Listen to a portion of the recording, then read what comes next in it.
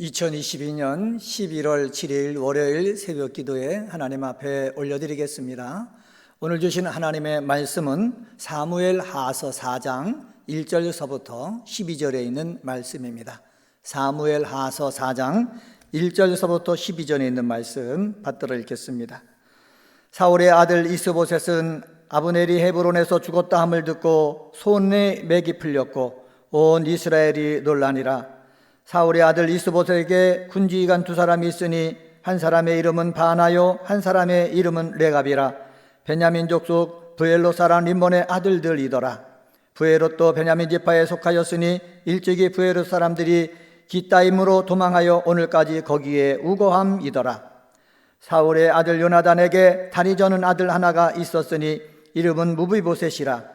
전에 사울과 요나단이 죽은 소식이 이스라엘에서 올 때에 그의 나이가 5살이었는데 그 유모가 안고 도망할 때 급히 도망하다가 아이가 떨어져 절게 되었더라.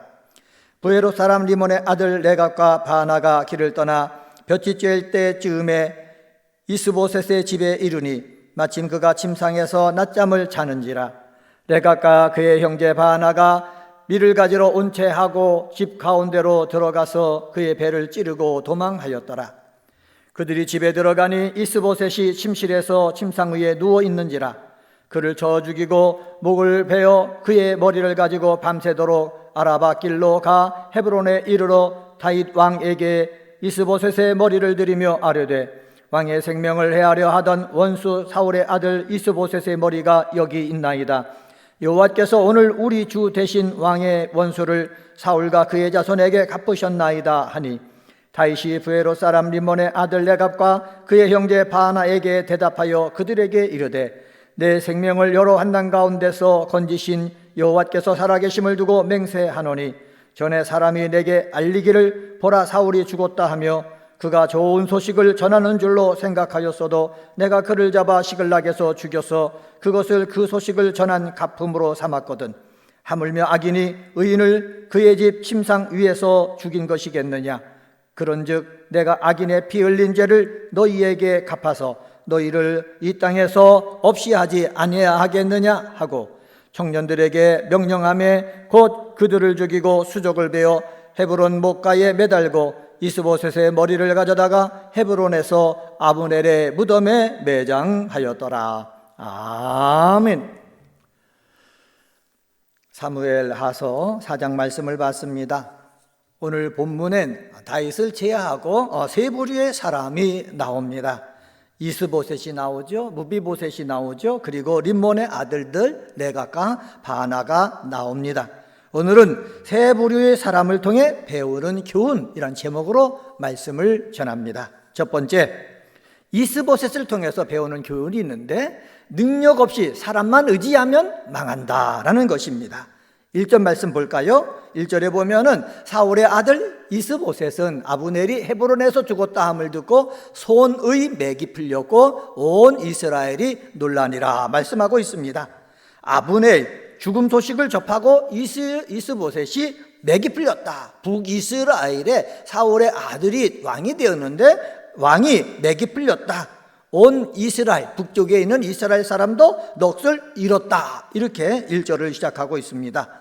맥이 풀렸다라는 말은 미완료형으로, 우리 문법적으로 보면 미완료형으로 되어 있는데 사람들이 전혀 예상치 못한 충격적인 소식을 전해 들었을 때에 보이는 낙심과 절망 상태, 이 상태를 갖다가 맥이 풀렸다 이렇게 얘기합니다. 미완료형이라는 것은 바로 뭐냐? 계속해서 맥이 풀려 있다는 거예요. 절망 가운데 있다는 거예요. 좌절 가운데 있다는 거예요.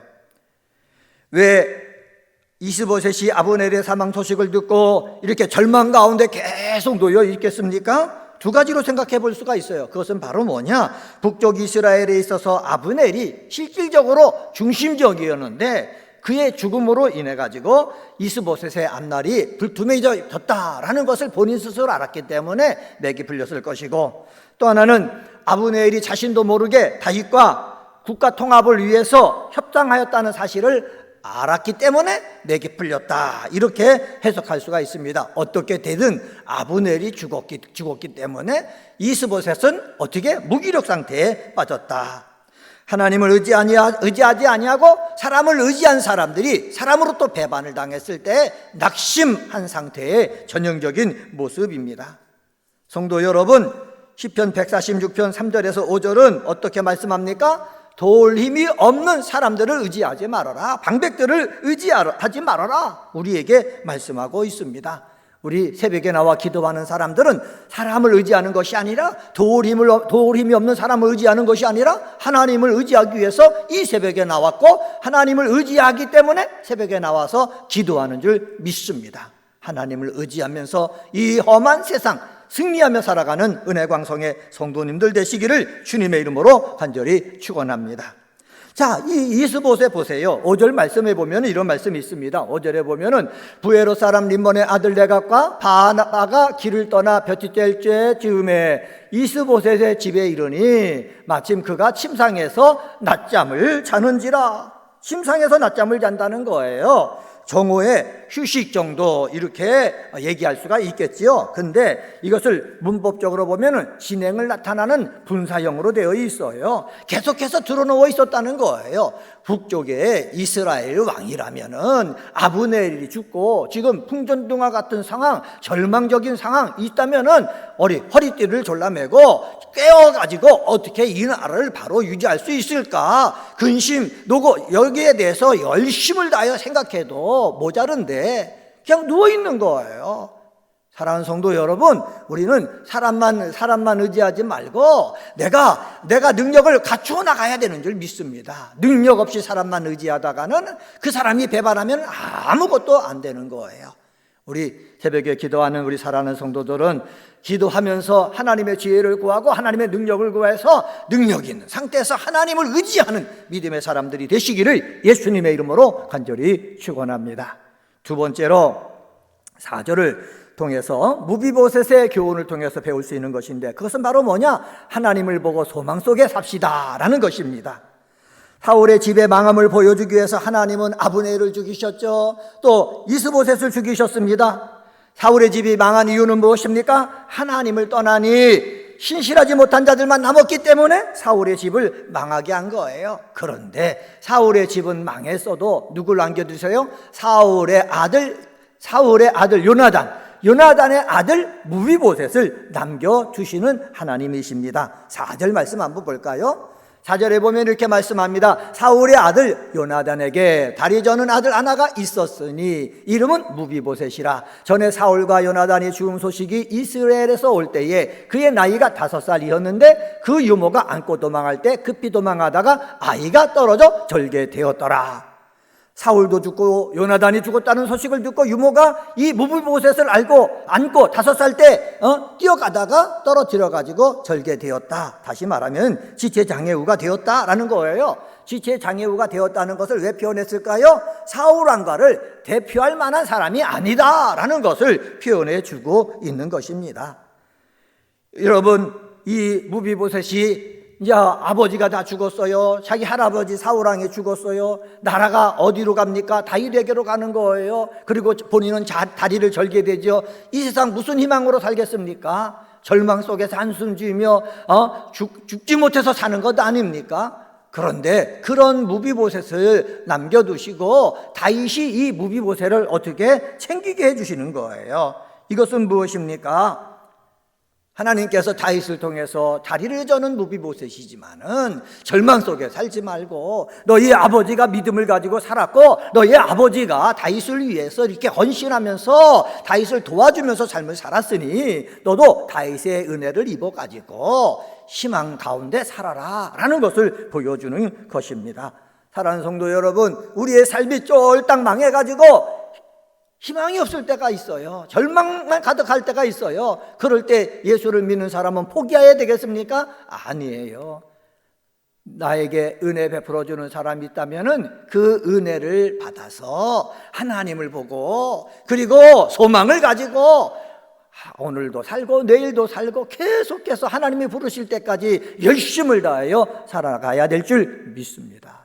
은혜광성에 기도하는 사랑하는 성도 여러분은 질병이 나를 죽이려고 와도 세상의 풍파가 나를 망가뜨리려고 오더라도 거기에 포기하지 말고 절망하지 말고 소망을 가지고 하나님을 의지하면서 나가는 하나님의 사람들이 다 되시기를 예수님의 이름으로 간절히 축원합니다. 세 번째로 6절서부터 12절에 보면은 림몬의 아들 레갑과 바나를 통해서 배우는 교훈이 있습니다. 그것은 바로 뭐냐? 선한 일에 열심을 내며 살자라는 것입니다. 6절 말씀 한번 볼까요?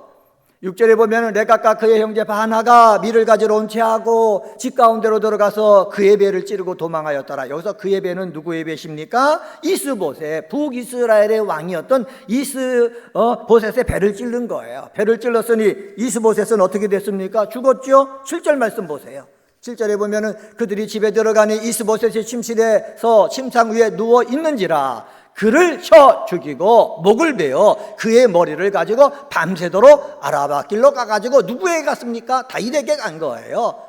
적장에 이 북이스라엘 왕의 목을 갖고 왔으니까는 다윗이 우리를 보고 인정해 주겠지, 우리를 높여 주겠지, 아마 이 생각을 가지고 갔을 것입니다. 그런데요, 하나님께서는요 다윗을 통해서 뭐라고 그러냐? 악인과 의인을 구별하고 있는 것을 볼 수가 있습니다. 악인들도요 열심과 충성으로 살고 있습니다. 그런데 그 결과는 무엇밖에 없다고요? 죽음밖에 없다는 것을 오늘 다윗을 통해서 보여주고 있습니다. 레갑과 바나는요 평상시에 비겁하게 숨어있던 자들입니다. 그런데 자기의 왕이었던, 자기가 섬기고 있던 이스보셋이 잠자는 틈을 타가지고 배를 찌르고 그의 머리를 잘라가지고 그것을 가지고 누구에게 가고 있어요? 다윗에게 가고 있어요. 사랑하는 성도 여러분, 새벽마다 기도하는 자들은요 악한 일에 용기를 내서는 안 되는 겁니다. 악한 일에 용기를 내지 말고 주를 위해서 죽도록 충성하는 사람이 되어야 될 줄 믿습니다. 악한 일에 열정을 보이지 말고 선한 일에 열정을 보이고 하나님의 뜻을 이루는 일에 열정을 보일 수 있는 우리 기도의 용사들이 되시기를 주님의 이름으로 간절히 축원합니다. 이 악한 레갑과 바나를 본 다윗이 뭐라고 얘기합니까? 11절 말씀 보시기 바랍니다. 하물며 악인이 의인을 그의 집 침상에서 죽인 것이겠느냐?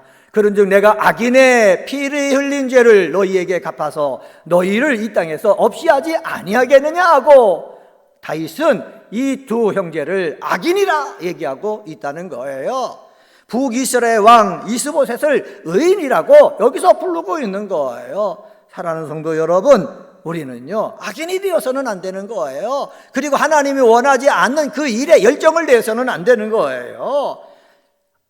나쁜 일에 열심을 내어서 삶을 산다면 그 결과는 심판뿐이고 그리고 그 결과는 죽음밖에 없습니다.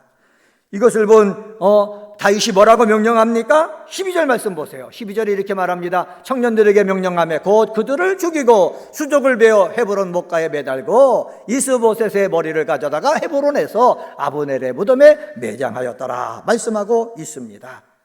사랑하는 성도 여러분, 기도하는 사람은 악한 일에 열심을 내서는 안 되는 거예요. 선한 일에 열심을 내며 살아가는 은혜광성의 성도님들이 되시기를 주님의 이름으로 간절히 축원합니다.